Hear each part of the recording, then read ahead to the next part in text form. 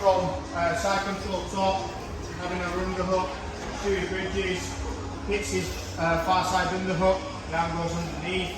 We've looked at kind of switching to that knee on belly to re-pummel or to start attacking this arm for an arm bar and stuff. Last week we looked at when he's in this position, switching to that katana and then attacking from here.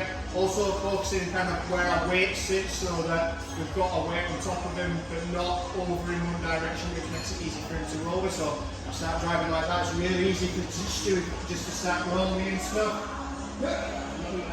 Embarrass me on camera. Okay, so we're just going to look at the last response that we've got from losing his far side underhook. So he bridges, hits that underhook, which is this, which we call Wizzer. Okay, so this is where my arm goes over top up into an overhook position, and then his hand's coming in nice and deep here. Okay. What's really important with this, and it gets a little messy with G, is bringing his hand through and having your thumb pointing up. Now, initially, I tend to kind of get the Wizzer and decide whether my arms are long enough to go into the Darc position. Okay? Now, I can help this by breaking his posture. So when I wrap over and he's hit that underhook, okay, I'm going to break his posture at his neck, okay, which is going to make it a lot easier now to get this thumb through. Can you see that thumb wiggling? Excellent. Okay, so start the drill.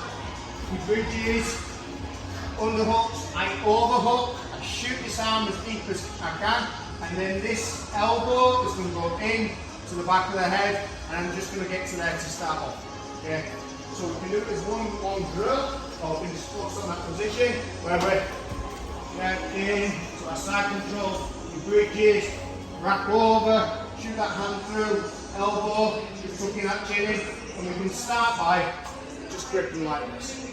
Okay, so as long as we make a connection, it doesn't matter if it's like an S grip, like a Scanlon grip, or palm on palm, but that's just going to help us keep that posture broken down, but that control over the back arm. So without stewing, he bridges, I overhook, I shoot this hand through with my thumb facing up.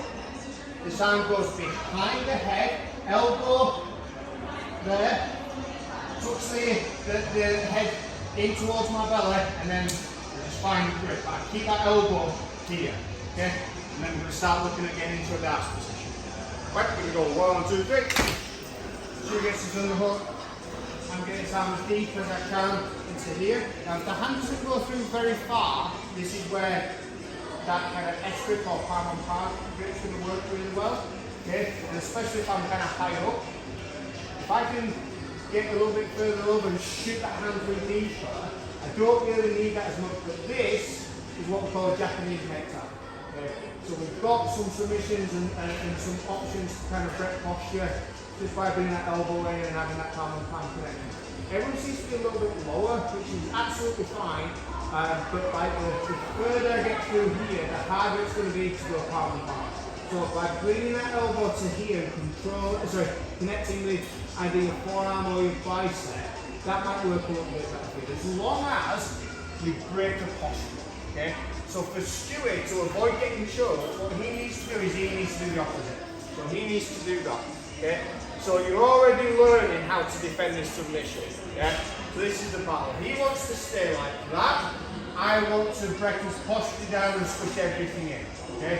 So this is where you end up with this battle, and this is why we're trying to get that connection as quickly as possible, because if we can do that, we usually brought his head in a little bit, so it's going to make the choke a little higher. Okay? Just to finish the choke itself, yeah, if you stay square, it can be hard to get the arm all the way through. So if I'm here on the outside a little bit, and I stay with my chest square, it's hard for me to get my arm through. So what I'm going to do is I'm going to still keep that posture broken, either by being here or here, but I'm going to shoot and turn a little bit, so I can shoot that arm through deeper. The deeper this arm goes through, the better the Darc is going to be. Okay, so we're not there, just loads of weight and squishing. We're going to turn so our ear goes onto the back a little bit, and then shoot that arm through. Okay, now from this position, this is where I'm going to connect with my bicep. Okay, and the first thing, so we'll just get to them and we'll look at how to actually do it. Okay, so Same thing, is on side control bottom, underhook, overhook, control, spread the posture of the neck first, and then from here you shoot that arm through so it gets nice and deep, and try and get it so it goes over to your bicep, okay? Not to your hands, so I'm going to slide that through, and then when I get to the bicep, I'm going to tuck the head in a little bit more, and this is where I can start my choke, okay? It's really important that you kind of turn a little bit, so your ear touching the back is going to make your arm go through further. It seems stupid, but if I'm in this position, and I want to take that hand across there, it's difficult, that's as far as it's going, even if someone pull the arm. And if I turn, the arm goes in deeper, okay? Seems obvious, but years of doing shitty darces has led me to realise, oh, it's better if you just turn up with your short little stubby arms and go through further, okay? So, let's get that position, forget the choke for now, but try and get that hand on the bicep, yeah, and then this hand over here. Give it a go. 1, 2, 3. If it goes, if you start, kind of, it feels like it's going on, just tap. It's one of those where if someone gets nice and tight, you may feel okay, but as soon as it starts slowly dropping the weight into the choke, it's like cooking a crab in, you put a crab in live in water and you slowly raise the temperature and they die when it gets too hot for them. So we're all going to agree, no deaths today, no peeing, or anything like that. Serious announcement. So just tap a little bit early, get comfortable with the position first before you start kind of experimenting and letting the choke on for a little bit longer. Okay. Same deal though, guys. Break the posture. Shoot the arm through. So ears against the back. Yeah, allows me to get my shots to be little arm through a little bit more. I'm going to slide the back of back of my elbow on his head, but also resting on the mat. So the first attempt to try and choke Stewie, hand goes to here, and then I'm going to sprawl my weight. Okay? So change the angle. So shoot that arm through. Yeah? I always keep my hand open until I'm pointing up. Okay? That arm slides the back of the head, and then from here I'm just going to slowly slide my knees away so that my weight drops and just squeeze. Okay? So that's the first choke. Do it slowly, okay? Because you can kind of, get people tapping just by kind of being lean and smacking the head and doing that kind of stuff. So I should be able to do this on someone who's quite new and don't feel like they need to go on the points, okay? So shoot the arm through, again, cooking that crab, slowly raising the temperature. Yeah, and going into the choke. Okay, so take your time with it. Try and get used to that kind of sensitivity of my arms on a bit of a funny angle, or maybe I don't control my bicep and it doesn't feel as tight. So have that self-analyze as you do the technique as well. Okay, so let's finish the choke. 1, 2, 3. Variation. I don't think it works very well for me. I tend to like the first one, which is the slower one, but just as an option, I just don't want to explore. It's still the same sort of setup. Okay, this is under the hook, gets to here, from there, shoot the arm through, always breaking that posture down, hand goes inside to here. Some people like to switch and hook the legs. Okay, so this stops people kind of moving around. So in this position here, Stu can start to walk away from it, or you can start, and you see how that's keeping his spine straight, it's helping get into this position, which is hard to finish a choke.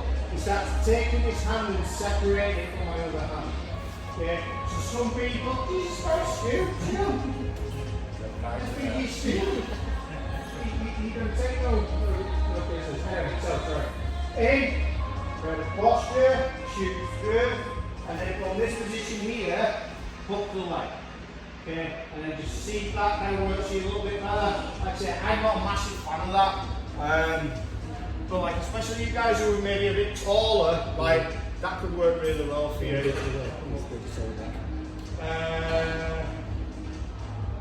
think, so here, the other angle, the camera. Okay, again, breaking that posture, hand goes through, into here, and then onto your elbow, still keeping that weight, and then hooking that leg. Like I say, I'm not a massive fan of that. I prefer the kind of just sprawling on top. I think it's something our friend James Doyle we're really good at, that sprawl position, he used very well. But if people start moving, he would switch and start hooking that far leg. So it's just a different option. Still the same thing, hand through, take the space away. Try and focus on moving around the neck and moving the person. When you want to choke someone, you want to focus on getting around the neck, not flipping them around and stuff, okay? Give that a go. 1, 2, 3.